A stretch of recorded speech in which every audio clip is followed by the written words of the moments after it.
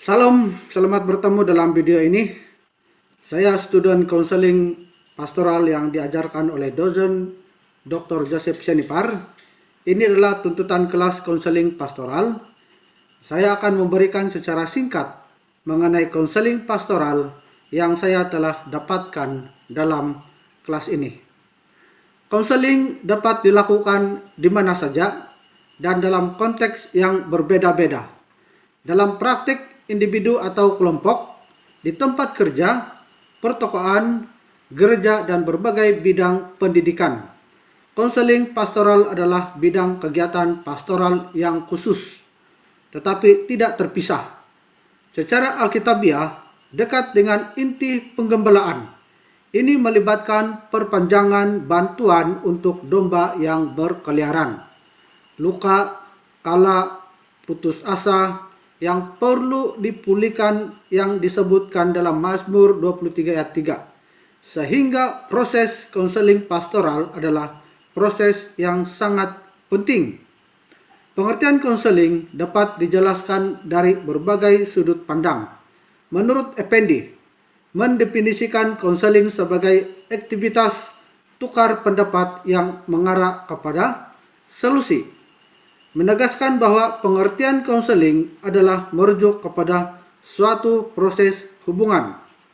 Menurut Nelson and Jones, menjelaskan pengertian konseling adalah jalinan sebuah hubungan, yaitu penentuan kualitas sentral dari sebuah hubungan. Yang dimaksudkan dengan kualitas sentral adalah kondisi inti, memahami dan mengimplementasi empati, rasa hormat, penerimaan untuk keadaan konsili, yaitu anggota jemaat, dan mendengar secara aktif dan baik.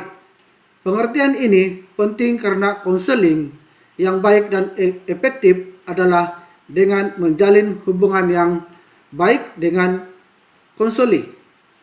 Kualitas hubungan perlu diciptakan. Beberapa konselor memberikan pendapat bahwa menjalin hubungan perlu agar mengakibatkan perubahan konstruktif pada konseli. Konseling sebagai proses psikologis.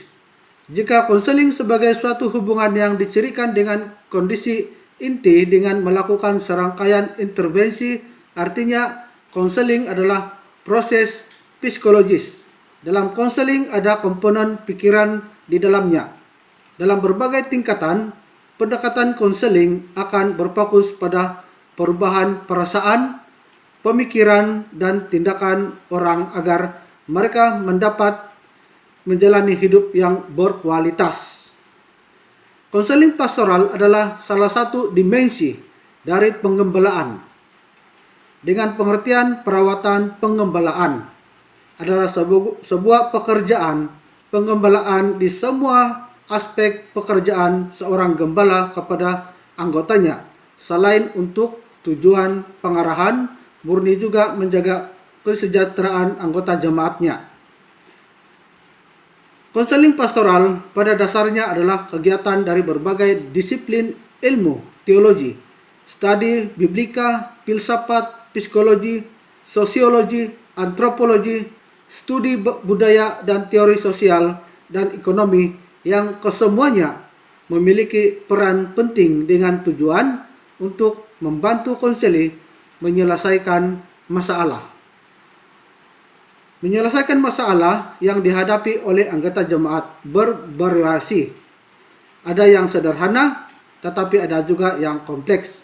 Masalah keluarga, pernikahan, moral, psikis, karir, kesehatan, dan sebagainya.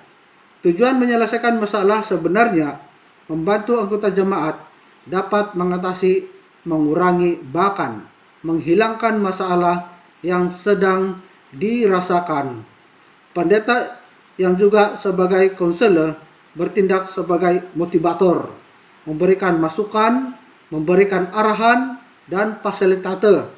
Sebenarnya masalah itu berasal dari anggota jemaat, sehingga anggota jemaat memiliki peran utama untuk dapat memecahkan masalah.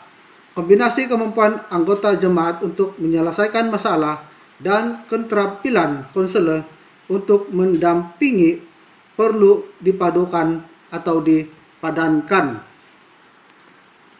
Itu saja serba singkat mengenai apa yang saya sudah paham dalam pastoral counseling ini. Dan saya mengucapkan jutaan terima kasih kepada Dr. Joseph Senipar, dosen kelas counseling pastoral, dan saya sangat terberkati dengan segala ajaran dan bimbingan Dr. Senipar.